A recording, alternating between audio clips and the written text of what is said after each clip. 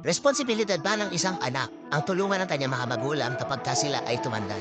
Marami ngayon na nagsasabi sa social media that it is actually part of our toxic Filipino culture. Well, I strongly disagree. Why? It is always subjective. Para sa akin, napaka-importante pa rin ng pamilya sa buhay nating mga Pilipino.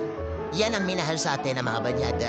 Kasi malapit tayo sa ating mga pamilya, lagi natin tatandaan na ang mga magulang natin ang naging pundasyon ng buhay natin. Na pinalaki ka niyan, pinag-aral ka niyan, binigyan ka niyan ng magandang buhay. Na darating sa punto na mawawalan sila ng lakas. Na kailangan mo silang balikan.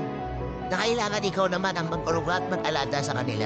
Iyan ang minahal sa atin ng ibang bansa kaya napakadami nagkaroon ng trabaho sa ibang bansa dahil mapagmahal tayo sa pamilya. For me, it's not toxicity. For me, it's just love. Pagmamahal yan ng isang anak sa kanyang mga magulang.